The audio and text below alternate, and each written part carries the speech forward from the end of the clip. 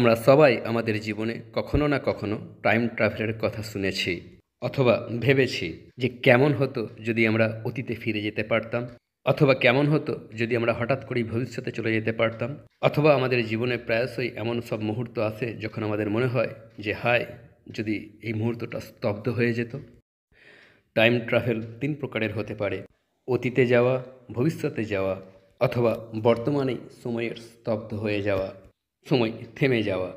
আর সবার আগে সবচেয়ে সহজ তরিকাটার কথা বলবো, ভবিষ্যতে যাত্রা করা। ভবিষ্যতে সফর করা সম্ভবত সবচেয়ে সহজ। ইনফ্যাক্ট এই মুহূর্তেও আমরা সবাই ভবিষ্যতে সফর করছি। 1 সেকেন্ড আগে আমরা অতীতে ছিলাম, আর 1 সেকেন্ড পরে আমরা ভবিষ্যতে থাকব। কিন্তু কি কিছু দিন, কিছু বছর, কিছু শতাব্দী ভবিষ্যতে যাওয়া যেতে পারে? এর জন্য আপনার তিনটে জিনিসের প্রয়োজন পড়বে। সেই তিনটে জিনিস যেগুলোকে তৈরি করার মতো কোনো টেকনোলজি আমাদের কাছে এখন পর্যন্ত নেই। দুটো ওয়ার্ম হোলস আর এমন একটা মেশিন যা আলোর গতিবেগে সফর করতে পারে। এখন এই ওয়ার্ম হোলস কি? জটিল টেকনিক্যাল ডেফিনেশনের পরিবর্তে সহজ কথায় এতটুকু বুঝে নিন যে আপনি এটাকে দরওয়াজা বলতে পারেন, কিন্তু খুবই অসাধারণ একটা দরজা, যা সাধারণ এক দরজার থেকে পুরোপুরি ভিন্ন প্রকারের। আপনার সাথে কি কখনো এরূপ হয়েছে যে আপনি আপনার কামরার দরজা দিয়ে প্রবেশ করলেন আর আপনার অফিসের দরজা দিয়ে বের হলেন? নিশ্চয়ই এরূপটা কখনো হয়নি।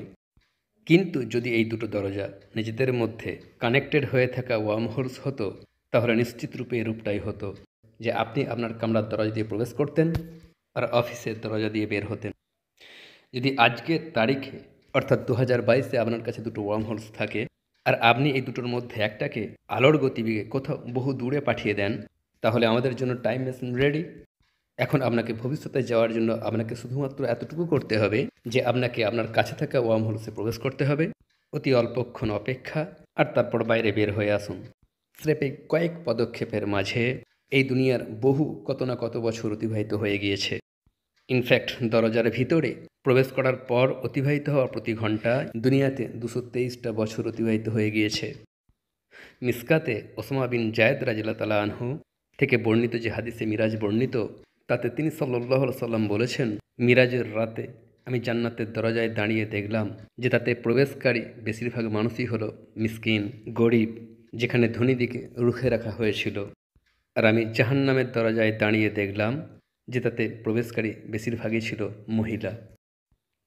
এখন আপনাদের কাছে আমার একটা প্রশ্ন, যে মিরাজের ঘটনা কি বুর্রাক নামক এক প্রাণীর ওপরে বসে শুরু হয়নি, যে এতটা গতিবেগে সফর করছিল যে যত দূর পর্যন্ত দৃষ্টি পড়ছিল বুরাকের কদম সেখানেই পড়ছিল? এক্স্যাক্টলি কি এই ডেফিনেশনটাই আলোর গতিবেগে সফর করা নয়? কি মিরাজের সমস্ত সমস্ত ঘটনা টাইম ট্রাভেলিং প্রসঙ্গেই ছিল না, যে একজন মানুষকে আলোর গতিবেগে সফর করিয়ে ভবিষ্যতের অবস্থাও দেখিয়ে দেওয়া হয়েছিল? টাইম ট্রাভেল করার দ্বিতীয় তরিকা বর্তমানে আছে, যদিও টেকনিক্যাল টার্মে এটা ট্রাভেল হবে না, তবে এটাকে আমরা সময় ধীর হয়ে যাওয়া অতি অবশ্যই বলবো। ইংলিশে এটাকে টাইম ডায়ালেশন বলে। আপনি যে কোনো গ্রহ বা নক্ষত্র নিন, যেমন যেমন এর মাধ্যাকর্ষণ শক্তি বাড়তে থাকবে, তার চারদিকে সময় অতিবাহিত হওয়ার গতিবেগও কমতে থাকবে। আমি আপনাদেরকে সহজ ভাষায় বুঝিয়ে দিচ্ছি যে যখন কোনো জিনিস বহু উপর থেকে মাটির দিকে পড়তে থাকে, তো তখন তাকে ফ্রি ফল বলা হয়। সেই সময় সেই জিনিসের পতনের গতিবেগ 195 কিলোমিটার পার আওয়ার হয়ে থাকে। এটা আমাদের পৃথিবীর মাধ্যাকর্ষণ শক্তি, কোনো জিনিসকে নিজের দিকে টানার শক্তি। আর আমাদের এই পৃথিবীর শক্তি হলো 1G। এখন ডায়ামিটারের দিক থেকে সূর্য আমাদের থেকে 109 গুণ বড়, আর এর মাধ্যাকর্ষণ শক্তিও আমাদের থেকে 28 গুণ বেশি, অর্থাৎ 28G। এখন এই সূর্যের চারদিকে ঘূর্ণায়মান আমাদের এই ছোট্ট পৃথিবীর একটা দিন যদি 24 ঘন্টার হয়ে থাকে, তাহলে সূর্যের থেকে বহু গুণ বেশি গ্র্যাভিটির আগ্নেয়ওয়ালা কোনো নক্ষত্রের চারদিকে একটা দিন কত ঘন্টার হতে পারে? একটা এক্সাম্পল দিয়ে বোঝাচ্ছি। আমাদের থেকে শুধুমাত্র 1500 লাইট ইয়ার্স দূরে একটা ছোট্ট ব্ল্যাক হোল রয়েছে, যেটাকে বিজ্ঞানীরা ভালোবেসে ইউনিকর্ন বলেন। আর এর চারদিকে সময় এতটা ধীর হয়ে যায় যে যদি আপনি ইউনিকর্নের চারদিকে একদিন অতিবাহিত করে ফিরে আসেন, ততক্ষণে আমাদের পৃথিবীতে 8.5 বছর অতিবাহিত হয়ে গিয়েছে। আজ পর্যন্ত আমরা সবচেয়ে বড় যে ব্ল্যাক হোল অবজার্ভ করেছি, সেই ব্ল্যাক হোলকে স্যাজিটেরিয়াস এ বলে। এখন আমাদের পৃথিবীর গ্র্যাভিটি তো শুধুমাত্র 1G, আর আমাদের পৃথিবীর তুলনায় এই ব্ল্যাক হোলের গ্র্যাভিটি 153 ট্রিলিয়ন জি, আর এর আকার প্রায় আমাদের সমগ্র সোলার সিস্টেমটার মতো। ব্ল্যাক হোলকে মানুষের চোখ দেখতে পায় না, কিন্তু নক্ষত্রদের যে কনস্টিলেশনে, অর্থাৎ কনস্টিলেশন সেক্রেটারিয়াসে এই ব্ল্যাক হোল রয়েছে, তো নক্ষত্রদের সেই কনস্টিলেশন পাকিস্তানের আকাশে রাত 9টায় আগস্ট মাসে দেখতে পাওয়া যায়।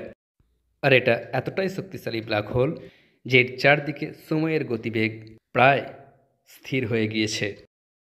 সময়ের গতিবেগ কি ধীর হয়ে যাওয়া সম্ভব? টাইম ডায়ালেশন কি অসম্ভব? স্মরণ করুন তো, এরূপটা কি আগে একবার ঘটেনি? বুখারী, মুসনাদে আহমদ, সিলসিলাতুস সহিয়া, এই 3 হাদিস গ্রন্থেই এই হাদিসটা মজুদ রয়েছে যে সূর্যকে কোনো মানুষের জন্য থামিয়ে দেওয়া হয়নি, শুধুমাত্র ইউসা বিন নুনের জন্য ছাড়া, যে যখন তিনি বাইতুল মাকদাস যাচ্ছিলেন। সূর্যের থেমে যাওয়ার অর্থটা কি? তার মানে এটা হয় যে ইউসা বিন নুনের জন্য সময়কেই অল্প সময়ের জন্য থামিয়ে দেওয়া হয়েছিল। জান্নাতেও কি সময় ভার্চুয়ালি থেমে থাকবে না? মুসনাদে আহমদের একটা হাদিস অনুযায়ী জান্নাতীদের শরীরে কোনো লোম থাকবে না, দাড়িহীন, সাদা চামড়ার, কোঁচকানো চুলের আর সুরমা লাগানোর মতো চক্ষুসহ জান্নাতে প্রবেশ করবে। আর তাদের বয়স হবে 33 বছর, যেখানে তাদের কোনো বার্ধক্য আসবে না। বয়স থেমে যাওয়া, বার্ধক্য না আসা, টেকনিক্যালি জান্নাতীদের জন্য সময় কি থেমে যাওয়া নয়? টাইম ট্রাভেল করার তৃতীয় তরিকা, অর্থাৎ অতীতে ট্রাভেল করা, এটা সম্ভবত টাইম ট্রাভেলের সবচেয়ে ট্রিকি প্রশ্ন। অতীতকে নিজের চোখে দেখা, তাকে অবজার্ভ করা, এটা একটা বিষয়, কিন্তু অতীতে চলে যাওয়া খুবই জটিল প্রশ্নগুলোর মধ্যে হতে একটা। 1952 সালে দুনিয়ার অতি পরিচিত Nobel prize winner Irwin Schrödinger একটা লেকচার দিয়েছিলেন ডাবলিনে। তার লেকচারের একদম প্রাথমিক কথাগুলো ছিল, এখন যা কিছু আমি আপনাদেরকে বলতে যাচ্ছি, সম্ভবত যে সেটা আপনাদের কাছে পাগলামি বলে মনে হতে পারে, কিন্তু আমার ক্যালকুলেশন আমাকে কথা বলছে যে আমাদের 1-এর থেকে বেশি হিস্টোরিজ রয়েছে, আর সেই সবগুলোই ভিন্ন ভিন্ন স্থানে একসাথে সংঘটিত হয়ে যাচ্ছে। সহজ ভাষায় আরউইন কথা বলছিলেন যে আমাদের জীবনের কাহিনী ভিন্ন ভিন্ন স্থানে একই সাথে চলছে, আর এই দুটো স্থানই একে অপরের থেকে পর্দার আড়ালে রয়েছে। আর যদি কোনোভাবে এই পর্দাটা সরে যায়, তাহলে আমরা আমাদের অতীত জীবনের কোনো একটা পয়েন্টে যেতে পারবো, অর্থাৎ এক প্রকারের অতীতে ট্রাভেল।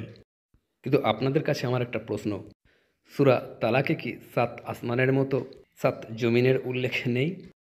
যে আল্লাহ হলেন তিনি যিনি 7 আসমান সৃষ্টি করেছেন, আর সেগুলোর মতোই জমিনও। 7 জমিন হওয়ার বিষয়ে আমি আপনাদেরকে 4র্থ অধ্যায়ে বড় ডিটেলসে বলেছি। ইবনে জরিরের তফসির আর ইমাম বাইহাকির কিতাব, এই দুটোতেই ইবনে আব্বাস রাদিয়াল্লাহু তাআলা আনহুর সেই ঘটনা বর্ণিত রয়েছে যে ইবনে আব্বাসকে একজন ব্যক্তি 7 জমিন নিয়ে প্রশ্ন করলেন। তো তিনি বললেন, যদি আমি এর তফসির ডিটেলস তোমার সামনে বর্ণনা করে দিই, তাহলে তুমি তা মানবেই না, আর না মানা মিথ্যা মনে করা। 7 জমিনের প্রত্যেকটাতে তোমাদের নবীর মতোই একজন নবী রয়েছেন, আদমের মতোই একজন আদম আছেন, নুহের মতোই নুহ রয়েছেন, ইব্রাহিমের মতোই ইব্রাহিম আছেন, ঈসার মতোই ঈসা আছেন। এখন কি এই 7টা বাস্তবতায় একই সাথে এক্সিস্ট করছে? একমাত্র আল্লাহ ছাড়া এই কথা আর কেউ জানে না। কিন্তু এ কথাও সত্য যে প্রায়শই এই পৃথিবীতে এমন সব অবজেক্টস পাওয়া গিয়েছে যেগুলো টেকনিক্যালি সেই জমানায় থাকার কথাই নয়। যেমন লন্ডন হ্যামার। বারবার কার্বন ডেটিং করার পরেও লন্ডন হ্যামারের বয়স 4 কোটি বছর প্রমাণিত হয়, যেটা অসম্ভব। 4 কোটি বছর আগে হাতুড়ির কথা তো বাদ দিন, মানুষেরই কোনো অস্তিত্ব ছিল না। অ্যান্টিকাইথেরা মেকানিজম, 2500 বছরের প্রাচীন গিয়ার, যেমন মোটরসাইকেলের চেন স্প্রকেট হয়ে থাকে, টেকনিক্যালি এই যন্ত্রের 2500 বছর আগে এক্সিস্ট করার কথাই নয়। ইনফ্যাক্ট সায়েন্সে এরূপ অবজেক্টস নিয়ে পুরো একটা স্টাডি রয়েছে যেগুলোকে আউট অফ প্লেস অবজেক্টস বলা হয়, অর্থাৎ সেই সমস্ত জিনিস যেগুলো নিজেদের জমানায় হওয়ার কথাই নয়। কিন্তু বিজ্ঞানের পুরোপুরি এক নতুন ফিল্ড অফ স্টাডির সম্পূর্ণ এক নতুন কনসেপ্ট রয়েছে, কোয়ান্টাম ডিকোহেরেন্স, অর্থাৎ একই স্থানে একই সময়ে ভিন্ন রিয়ালিটিজ একই সাথে চলছে, কিন্তু তা সত্ত্বেও তারা একে অপরের থেকে পর্দার আড়ালে রয়েছে। এখন এটা কতই না ইন্টারেস্টিং কনসেপ্ট, এতটাই যে আমি এই সাবজেক্টের প্রতি ন্যায় বিচার করার জন্য আমি একটা ভিন্ন চ্যাপ্টার লিখতে চাই, তাই এই মুহূর্তে এ বিষয়ে বেশি কিছু বলছি না। টাইম ডায়ালেশন বা টাইমে ডিস্টারবেন্স প্রসঙ্গে আমি এতটুকু বলবো যে টাইম ট্রাভেল আর প্যারালাল দুনিয়ার কনসেপ্ট এটা আর বর্তমানে কোনো ফিকশন নয়।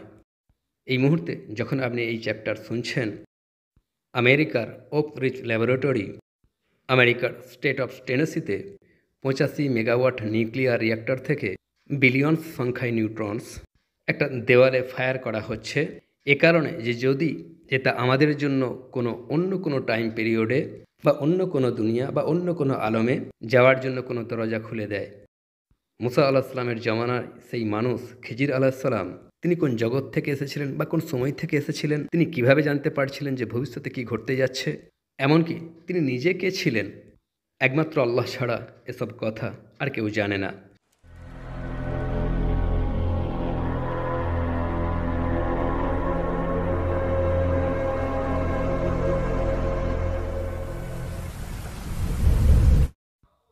সূরা মায়দা অনুযায়ী মিসর থেকে বের হওয়ার পর মহান আল্লাহ বনি ইসরাইলকে হুকুম দিয়েছিলেন যে তারা আরশে মুকদ্দাসের দিকে যাক, যা আল্লাহ তাদের জন্য লিখে দিয়েছেন, অর্থাৎ কুরআনের উপত্যকা, হযরত ইয়াকুব আলাইহিসসালামের ভূমি, আজকের ফিলিস্তিন আর ইসরায়েল। কিন্তু তারা সেখানে যেতে অস্বীকার করে দিল আর বলল যে ওখানে তো খুবই শক্তিশালী লোকেরা বাস করে, তাই মুসা আপনি আর আপনার রবই সেখানে গিয়ে লড়াই করুন। আর এই নাফরমানির সাজা মহান আল্লাহ তাদেরকে এভাবে দিলেন যে সেই পবিত্র ভূমি তাদের জন্য 40 বছরের জন্য হারাম হয়ে গেল, আর তারা বেদুইনের মতো তিহ উপত্যকায় এদিকে ওদিকে ঘুরতে থাকলো। এই চ্যাপ্টারের প্রথম অংশে আমি আপনাদেরকে যে সমস্ত ঘটনা শুনিয়েছিলাম, যদি আপনাদের মনে থাকে, লবণ মিশ্রিত মাছ সাথে নিয়ে চলার সফরে হযরত মুসা আলাইহিসসালামের সাথে তাঁর একজন খাদেমও ছিলেন। তখন তার বিষয়ে খুব একটা ডিটেলস আমি বলিনি, কিন্তু মুসা আলাইহিসসালামের ওফাতের পর পরবর্তীতে সেই খাদেম ইতিহাসে একজন বিশাল বড় নামে পরিণত হয়েছিলেন, ইউসা বিন নুন। ইনি হলেন সেই ইউসা যার বিষয়ে হাদিসে রয়েছে যে একমাত্র ইউসা বিন নুন ছাড়া আর কখনোই কারোর জন্য সূর্য থেমে যায়নি। আর এই ঘটনা তখন সংঘটিত হয়েছিল যখন শেষ পর্যন্ত 40 বছর পর ইউসা বিন নুন বনি ইসরায়েলকে লিড করলেন আর তাদেরকে এই পবিত্র ভূমির দিকে নিয়ে গেলেন। সেখানে তিনি যুদ্ধ করলেন, কিন্তু সূর্য থেমে যাওয়ার যেটা কারণ ছিল তা হলো আসরের ওয়াক্ত এসে গিয়েছিল, রাত আগিয়ে আসছিল, শত্রুরা সামনে দাঁড়িয়ে, আর পরের দিন ছিল শনিবার। এমন একটা দিন যেদিনে বনি ইসরায়েলদের ওপর নিষেধাজ্ঞা ছিল যে শনিবারে না তারা যুদ্ধ করতে পারবে না শিকার করতে, অথচ এই যুদ্ধ ছিল বাইতুল মাকদাসের জন্য, অর্থাৎ সবচেয়ে গুরুত্বপূর্ণ যুদ্ধ যা হেরে যাওয়া অ্যাফোর্ড করতে পারা যেত না। তখন হযরত ইউসা আলাইহিসসালাম দোয়া করেছিলেন যে ইয়া আল্লাহ, এই সূর্য তোমারই কাজ করছে আর আমিও তোমারই কাজ করছি, ওকে কিছুক্ষণের জন্য রুখে দিন। আর বাস্তবিক পক্ষেই সূর্যকে থামিয়ে দেওয়া হয়েছিল। বনি ইসরায়েল কেনান পৌঁছে গেল।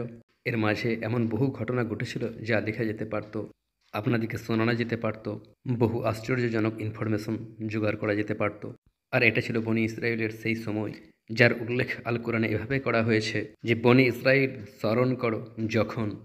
আর এরকমই একটা ঘটনা সূরা বাকারাতে রয়েছে যে যখন তারা তাদের পয়গম্বরকে বলল যে আপনি কাউকে আমাদের বাদশা বানিয়ে দিন যাতে করে আমরা আল্লাহর রাস্তায় জিহাদ করতে পারি।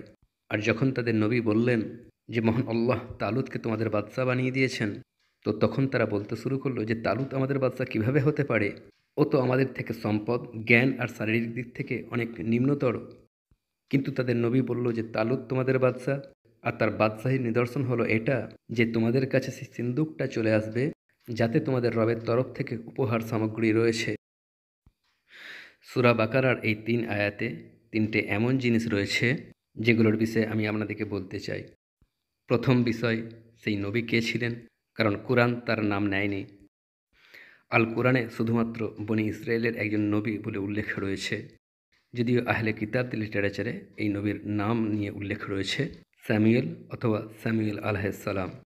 দ্বিতীয় বিষয়, আসলে বনি ইসরায়েলদের এই বাদশার দাবি করাটা একটা এর কারণও ছিল, যেহেতু তারা 12টা কবিরায় বিভক্ত ছিল, কোনো ইউনিফাইড শাসন ব্যবস্থা ছিল না। এজন্যই তারা হযরত সামুয়েল আলাইহিসসালামের কাছে আবেদন করেছিল যে আপনি কোনো পয়গম্বর নিযুক্ত করে দিন। তো তখন সামুয়েল বললেন যে তোমরা তো এই আবেদন তো করছো, কিন্তু তারপরে এই ওয়াদাকে রক্ষাও করো। কিন্তু তারপর সেটাই হলো যেটা বনি ইসরায়েলের অভ্যাস, যে যখন সামুয়েল আলাইহিসসালাম আল্লাহর আদেশে তালুতকে নিযুক্ত করে দিলেন, তখন তারা চিৎকার চেঁচামেচি শুরু করে দিল।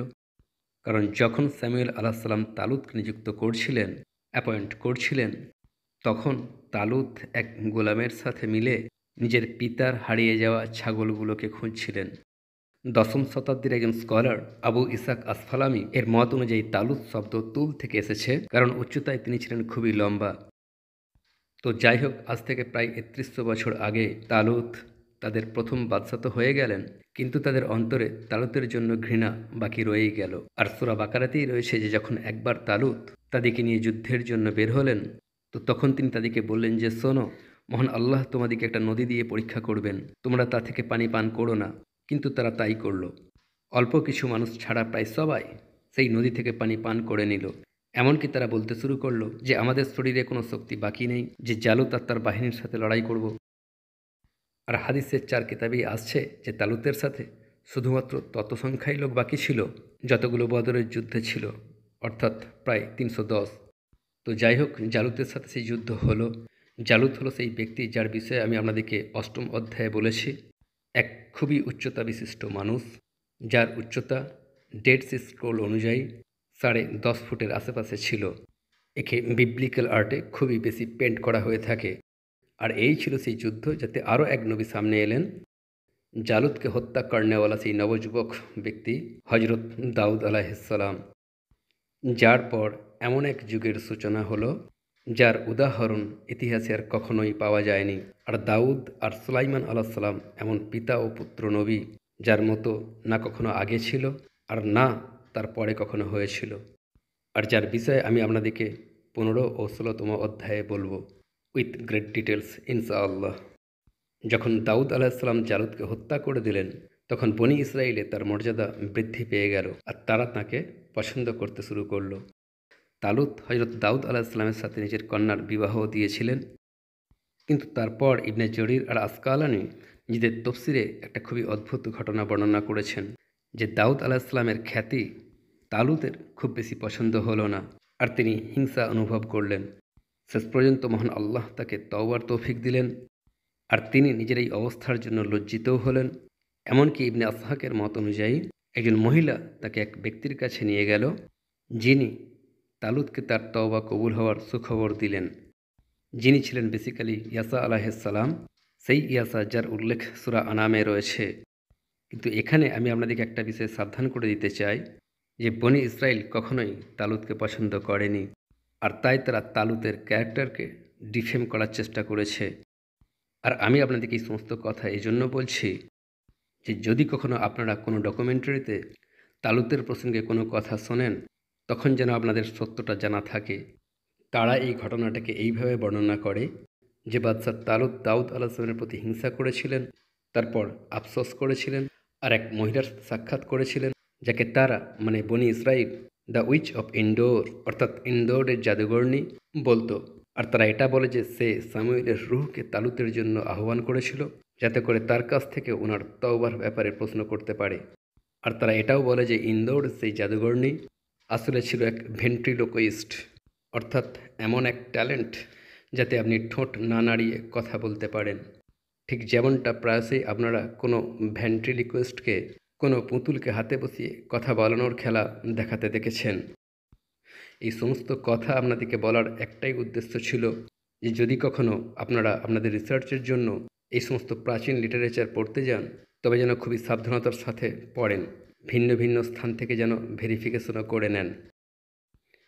আর এখন এই আয়াত থেকে শেখা তৃতীয় কথাটা, যেটা হয়তো সম্ভবত সবচেয়ে গুরুত্বপূর্ণ, সবচেয়ে ইন্টারেস্টিং, তালুতের বাদশা হওয়ার সময়ের একটা নিদর্শন যে যখন স্যামুয়েল আলাইহিসসালাম তালুতকে বাদশা মনোনীত করলেন, তখন তিনি বলেছিলেন যে তার বাদশাহী নিদর্শন এটা হবে যে তোমাদের কাছে সেই সিন্দুক চলে আসবে যাতে তোমাদের রবের তরফ থেকে তোমাদের জন্য উপহার সামগ্রী রয়েছে, আর সেটাকে ফেরেশতারা উঠিয়ে নিয়ে আসবে। এই সিন্দুক হলো সেই সিন্দুক যেটা একটা লম্বা সময় পর্যন্ত বনি ইসরায়েলের কাছেই ছিল, আর তারপর হারিয়ে গিয়েছিল, আর এমনভাবে হারিয়ে গেল যে আজ পর্যন্ত হারিয়েই রয়ে গেল।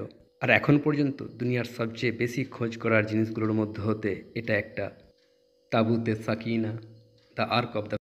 আল কোরআনে তাবুতে সাকিনার উল্লেখ সূরা বাকারার 248 নম্বর আয়াতে রয়েছে, যে এমন একটা সিন্দুক যাতে হজরত মুসা আলাহিসাল্লাম ও তাঁর ভাই হজরত হারুন আলাহিসাল্লামের কিছু রেলিক্স ছিল।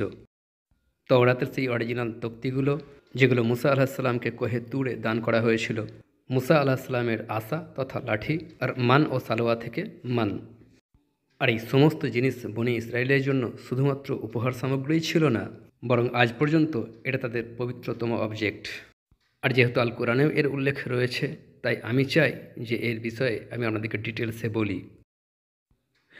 আহলে কিতাবদের মত অনুযায়ী তাবুতে সাকিনা মিসর থেকে বের হওয়ার 1 বছর পর তৈরি করা হয়েছিল, যখন তারা কোহে তুর পর্বতের নিচে বসবাস করছিল। বুক অব এক্সোডাস অনুযায়ী ওহির মাধ্যমে হজরত মুসা আল্লাহ সাল্লামকে 2টো জিনিস তৈরি করার আদেশ দেওয়া হয়েছিল, আর সেই জিনিসগুলোর নকশাও বলে দেওয়া হয়েছিল। একটা তো হলো বনি ইসরায়েলের উপাসনালয়ের ডিজাইন, যেটাকে তারা ট্যাবারনেকল বলে, আর আমরা কুব্বা বলে থাকি। আর এই কুব্বাই ছিল তাদের কিবলায়ে কাবা, যার ইমাম ছিলেন হজরত মুসা আলাহিসাল্লাম। আর ইসলামিক লিটারেচারেও এই কুব্বার উল্লেখ পাওয়া যায়। কিন্তু দ্বিতীয় জিনিসটা ছিল তাবুতে সাকিনা, the ark of the covenant. 4 foot লম্বা, 2.5 ফুট চওড়া আর 2.5 ফুট উচ্চতা, সামসাদ তথা একাসিয়া কাঠ দিয়ে তৈরি, যেটার ভিতর ও বাইরের দিকে ছিল সোনার পরত। তিহ উপত্যকার 40 বছর পর্যন্ত এই তাবুত বনি ইসরায়েলের কাছেই ছিল। তারা যেখানে নিজেদের ক্যাম্প তৈরি করত, অত্যন্ত ইজ্জত ও মর্যাদার সাথে তাদের কুব্বাতে একটা আলাদা কামরা করে এই তাবুতকে রাখত, যেটাকে তারা হোলি অফ হোলিজ বলতো। এই ছিল সেই হোলি অফ হোলিজ অর্থাৎ তাবুতে সাকিনা, যেটাকে ইউসা বিন নুন 40 বছর পর শেষ পর্যন্ত ফিলিস্তিন নিয়ে গেলেন। আর সেটা একটা খুবই স্পেশাল পাথরের ওপর রেখেছিলেন, তার দিকেই মুখ করে নামাজ আদায় করা হতো। এটাকে হোলি অফ হোলিজ বলা হতো, এটাকে হাউস অফ হোলিজও বলা হতো। আর এই হাউস অফ হোলিজের আরবি অনুবাদ হলো বাইতুল মুকাদ্দাস, যার দিকে তখন থেকে শুরু করে নবী করিম সাল্লাল্লাহু আলাইহি সাল্লামের জমানা পর্যন্ত মুখ করে নামাজ পড়া হতো। আর হিজরতের 16 অথবা 17 মাস পর তিনি সাল্লাল্লাহু আলাইহি সাল্লাম নামাজরত অবস্থায় আদেশ পেলেন যে আপনি আপনার কেবলা কাবার দিকে করে নিন। আর এই ছিল সেই কারণ যে কারণে আজও আমরা বাইতুল মুকাদ্দাসকে আমাদের প্রথম কিবলা বলে থাকি। কারণ বাইতুল মুকাদ্দাসের কম্পাউন্ডের মধ্যে একটা খুবই স্পেশাল পাথর তথা পাহাড়ের ওপর মুসা আলাইহিস সালামের তৈরি করা আর ইউসা বিন নুনের আনা হাউস অফ হোলিজ রাখা ছিল, তাবুতে সাকিনা রাখা ছিল। এই পাথর থেকেই তিনি সাল্লাল্লাহু আলাইহি সাল্লামের আসমানের দিকে মিরাজের সফর শুরু হয়েছিল। আর এই পাথর তথা পাহাড়টার কী গুরুত্ব, অথবা এই বাইতুল মাকদাসের পুরো কম্পাউন্ডের কী বিশেষত্ব রয়েছে, এ বিষয়ে আপনারা 16তম চ্যাপ্টারে ডিটেলসে শুনতে পাবেন ইনশাআল্লাহ। ইউসা বিন নুনের পর আর তালুতের বাদশা হওয়ার আগে বনি ইসরায়েল যখনই যুদ্ধ করত, জেহাদ করত, তাবুতে সাকিনাকে নিজেদের সামনে রেখে দিত, যাতে করে তারাই জয়ী হতে পারে। কিন্তু এই আমালকা বা আমালিক অর্থাৎ সেই মানুষগুলো যারা সে সময় ফিলিস্তিনে আবাদ ছিল, তাদের সাথে এক লড়াইয়ে তারা হেরে গেল। আর তাবুতে সাকিনার মতো পবিত্র জিনিস আমালকারা তাদের কাছ থেকে ছিনিয়ে নিল, আর তারা তা নিজেদের সাথে নিয়ে চলে গেল। কিন্তু তারা যেখানেই যেত তাদের পিছনে মুসিবত লেগেই থাকতো। তারা তাবুতে সাকিনাকে নিয়ে গিয়ে সর্বপ্রথম নিজেদের ড্যাগান নামক এক টেম্পলে রাখলো, আর পরের দিনই সেই টেম্পল ধ্বংস হয়ে গেল। তাবুতে সাকিনা 7 মাস পর্যন্ত তাদের কাছে রইল, আর এই 7 মাস তারা এক মুহূর্তের জন্য শান্তি খুঁজে পায়নি। কখনো কোনো রোগ মহামারীর রূপ নিত, কখনো এক বিশেষ প্রকারের টিউমার হয়ে যাচ্ছিল। আর এভাবেই শেষ পর্যন্ত তারা একদিন তাদের জন্য তাবুতে সাকিনাকে দুর্ভাগা ডিক্লেয়ার করে দিল। সেটাকে তারা একটা গরুর গাড়ির উপর রেখে শহরের বাইরে করে দিল।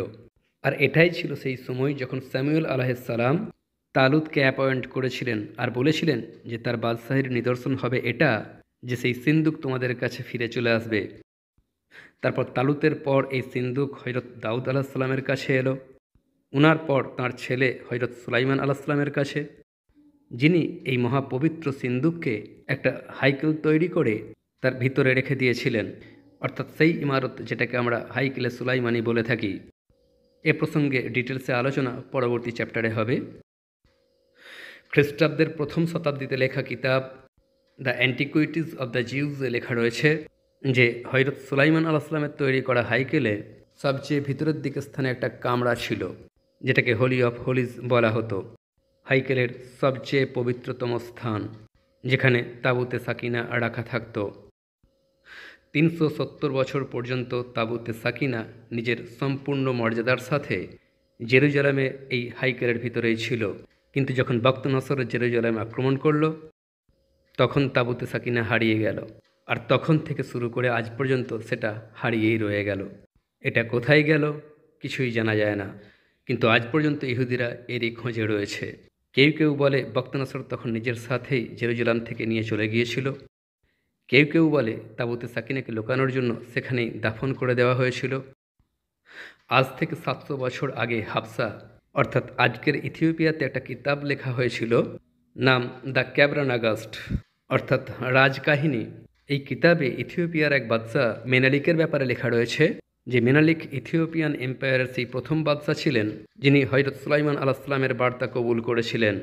আর ইনিই ছিলেন সেই বাদশা যিনি বখত নসরের আক্রমণের সময় আসল তাবুতকে জেরুজালেম থেকে ইথিওপিয়া নিয়ে চলে এসেছিলেন। কিন্তু নিয়ে আসার সময় পুরোপুরি আসল তাবুতে সাকিনার মতো একটা রেপ্লিকা অর্থাৎ তাবুতে সাকিনার একটা ডুপ্লিকেট সিন্দুক জেরুজালেমে রেখে এসেছিলেন। এমনকি হয়তো আপনাদের মনেও থাকবে যে 26শে জুন 2009 সালে ইথিওপিয়ান চার্চ একথার ঘোষণা দিয়েছিল যে অতি শীঘ্রই আমরা তাবুতে সাকিনা মানুষের সামনে নিয়ে আসব। আবার অন্যদিকে ফ্রান্সেরও দাবি যে তাবুতে সাকিনা তাদের কাছেই রয়েছে। তারা বলে যে সেলিবি যুদ্ধের সময় নাইট টেম্পলার্সরা তাবুতে সাকিনাকে নিয়ে ফ্রান্সে চলে গিয়েছিল। তাছাড়াও হায়া সোফিয়া অর্থাৎ তুর্কি, আজকের তুর্কিয়ার একটা ডকুমেন্ট অনুযায়ী তাবুতে সাকিনাকে তুর্কিতে গুপ্তভাবে রাখা রয়েছে। তাবুতে সাকিনার আরও একটা সম্ভাব্য লোকেশন আয়ারল্যান্ডের এক পাহাড় নাম তাড়া হিল। এমনকি ইহুদিদের একটা গ্রুপ তাড়া হিলের নিচে তাবুতে সাকিনা থাকার ব্যাপারে এতটাই বিশ্বাসী যে 1998-এ তারা পাহাড়ে খনন কার্যও শুরু করে দিয়েছিল। কিন্তু অতি অল্প সময়েই গভর্নমেন্ট সেই কাজ বন্ধ করে দিয়েছিল। তবে তাবুতে সাকিনা থাকার সমস্ত সম্ভাব্য স্থানগুলোর মধ্যে হতে একটা স্থান এমনও রয়েছে যেটা খুবই অদ্ভুত। মিশরে একটা আর্কিওলজিক্যাল সাইট রয়েছে যেটাকে the valley of the kings বলা হয়, বাদশাদের উপত্যকা। 1922 সালে দ্য ভ্যালি অব দ্য কিংসের একটা খুবই স্পেশাল কবর খোলা হয়েছিল, শ্রাইন 261। সেই কামরা যা গত 2200 বছর ধরে বন্ধ হয়ে পড়েছিল। ইনফ্যাক্ট স্রেফ বন্ধই ছিল না, এমনকি তার দরজাতেও একটা মোহর লাগিয়ে সিল করাও হয়েছিল। সেই কবর যেটাকে আমি, আপনারা, এমনকি বেশিরভাগ আর্কিওলজিস্ট এক অপয়া কবর বা পিরামিড বলে জানি। বাদশা তুতানখামেন নামক এক ফেরাউনের কবর, যেটাকে খোলার সময় যত মানুষ সেই কাজে অংশ নিয়েছিল তারা সবাই অতি অল্প সময়েই অদ্ভুত রহস্যজনক মৃত্যুবরণ করে। যেমন মিশরের প্রিন্স আলী কামাল ফাহমি কবর খোলার সময় সেখানে প্রেজেন্ট ছিলেন, যাকে 1 বছর পর কেউ গুলি করে হত্যা করে দিয়েছিল। স্যার আর্চিবাল্ড ডগলাস, যিনি তুতানখামেনের বডি এক্সরে করেছিলেন, পরের বছরই মারা পড়লেন আর মৃত্যুর কারণ অজানাই রয়ে গেল।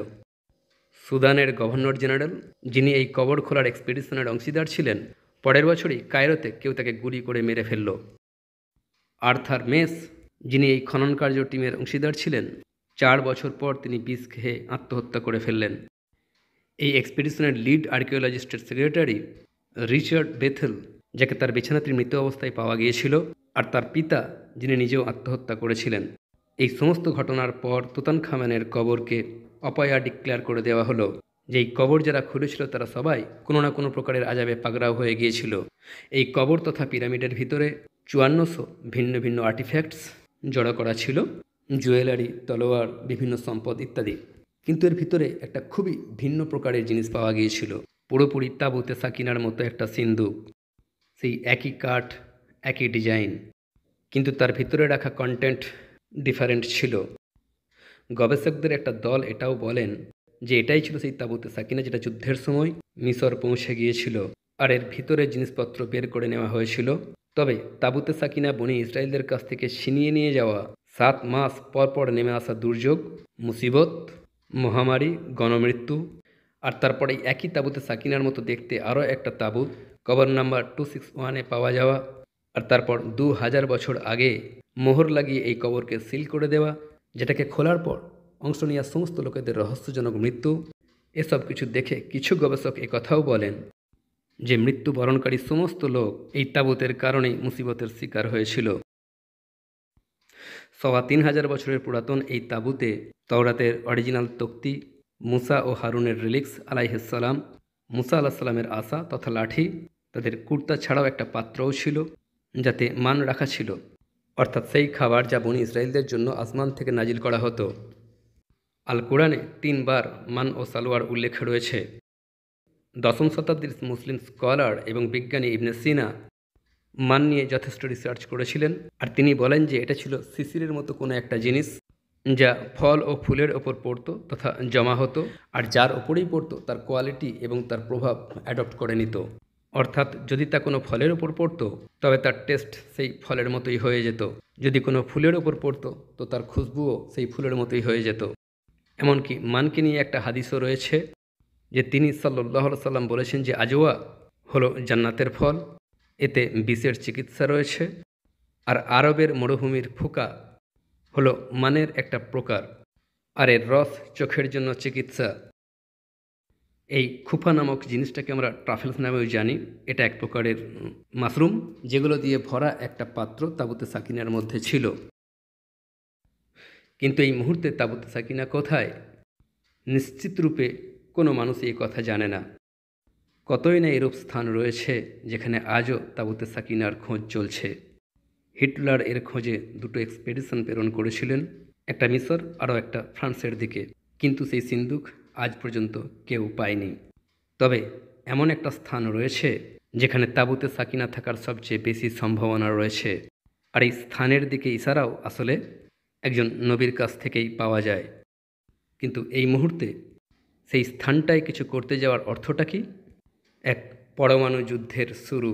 আর পরবর্তী চ্যাপ্টারে আমি আপনাদেরকে স্থানটার ব্যাপারে ডিটেলসে বলবো।